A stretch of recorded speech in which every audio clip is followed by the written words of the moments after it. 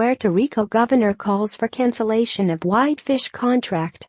Washington, New York, Reuters. Puerto Rico Governor Ricardo Rosselló wants to cancel a tiny Montana company's $300 million contract to restore power to the storm-hit U.S. territory and expects help from the governors of Florida and New York, his office said on Sunday. Whitefish Energy Holdings' contract with Puerto Rico's bankrupt power utility has come under fire after it was revealed that the terms were obtained without a competitive public bidding process.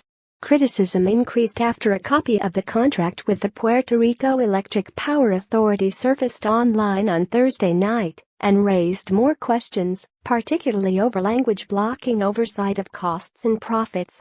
Whitefish officials have said they secured the deal legitimately and would not oppose an audit of the company's work. A Whitefish spokesman could not immediately be reached for comment after Sunday's announcement. Whitefish, which has a full-time staff of 2 people, says it has now more than 325 people on the island working to restore power.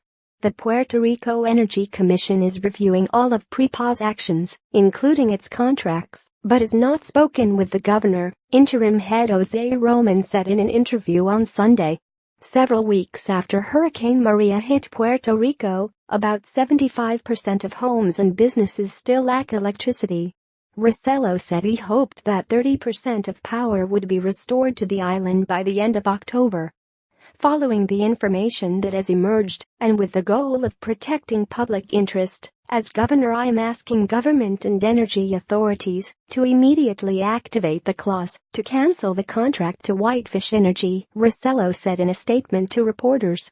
He said he had reached out to Florida Governor Rick Scott and New York Governor Andrew Cuomo to seek help in replacing Whitefish, and that they were prepared to assist in restoring power.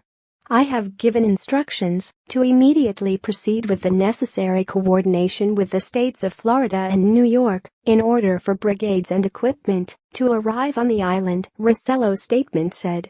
Scott and Cuomo's offices did not immediately respond to requests for comment.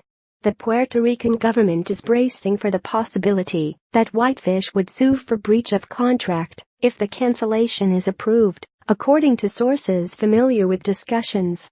The government already paid Whitefish $8 million and does not expect the U.S. Federal Emergency Management Agency to reimburse that sum, the sources said. Rosselló said he had requested an investigation into how the contract between PREPA and 2-year-old Whitefish was decided upon so quickly.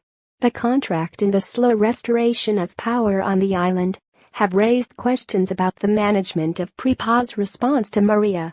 It took about a week for PREPA to complete a damage assessment while residents were relying on diesel generators and most of the island remained in darkness.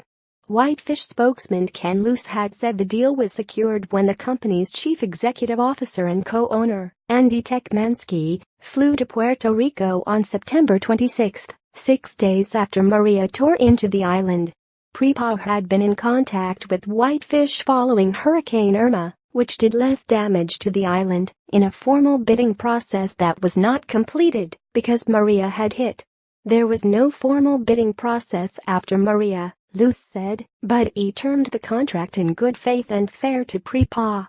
Whitefish, named after the Montana town where it is located, briefly got into a fight on Twitter last week with San Juan Mayor Carmen Yulín Cruz, who criticized the lack of transparency in the deal. The company threatened to leave the island before apologizing.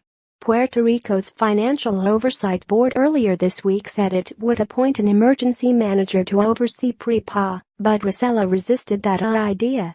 PREPA has a $9 billion debt load caused by years of unsuccessful rate collection efforts, particularly from municipal governments and state agencies, and a lack of investment in equipment and maintenance. Reporting by Ginger Gibson. Additional reporting by Tracy Rusinski, David Gaffin, Jessica Resnick-Alt and Nick Brown. Editing by Lisa Von Ahn.